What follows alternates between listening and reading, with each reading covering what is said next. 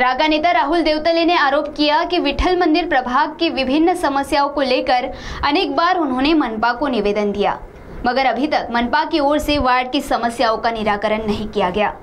आइए देखते हैं इस संदर्भ में राहुल देवतले ने चेतावनी देते हुए आने वाले 15 अगस्त को कौन सा कदम उठाने की बात कही।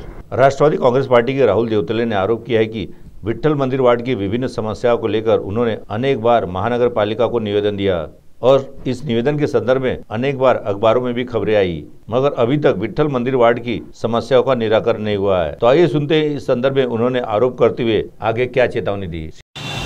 मागील अनेक वर्षापासून महानगरपालिकेला आमच्या ज्या चंद्रपूरच्या समस्या आहे आणि माझ्या विठ्ठल मंदिर वार्डातील समस्या आहे, मागील अनेक वर्षापासून आम्ही हे निवेदन देऊन राहिलो। निवेदनही भरून निवेदन दिले, शेकडोच्या संख्येने निवेदन दिले आम्ही। आतापर्यंत महानगरपालिका पूर्तता आतापर्यंत झाले नाही। त्यासाठी न्यूजपेपरमध्ये ह्या सर्व न्यूजपेपर आम्ही थैल्या भरू इथे महानगरपालिकेला इथे आणले आहे। आजचा जो आमचा मुद्दा आहे, त्या विठ्ठल मंदिर प्रभागात अनेक असे मुद्दे आहेत, त्या अनेक मुद्द्याचे निवेदन शेकडोच्या संख्येने महानगरपालिकेला दिले आहे, पण त्या मुद्द्याकडे कोणतेही सडोतर उत्तर आम्हाला महानगरपालिका प्रशासनाने दिले नाही आणि इच्छा आयुक्त साहेबांना आम्ही वारंवार निवेदन देऊन हे प्रश्न विचारले तरी दिले नाही।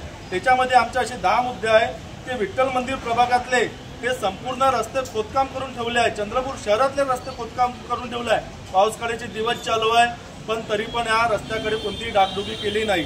त्यानंतर अमृत जल योजनेचे पाणी संपूर्ण ठिकाणी आतापर्यंत कुठेही पोहोचले नाही विठ्ठल मंदिर प्रभागातल्या काही परिसरामध्ये, त्यासाठी वारंवार निवेदन दिले।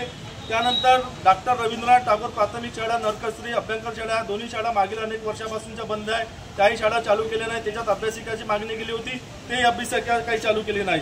बिनबा गेट बाहेरील मोक्षधाम असल्यामुळे, तिथील जुनं मोक्षधाम शांतीधाम असल्यामुळे तिथील अनेक वर्षापासून कचऱ्याची परिस्थिती झाली आहे, घाणीची परिस्थिती झाली आहे, त्यामुळे निवेदन आम्ही सादर केले होते। त्याही निवेदनाकडे कोणतेही लक्ष दिले नाही। तिथे अतिक्रमण केले, ते अतिक्रमण सुद्धा हटवले नाही। त्यानंतर घरकुलांची अजून काही चेकच स्थगित आहे महानगरपालिकेने, त्याकडे काही लक्ष दिले नाही।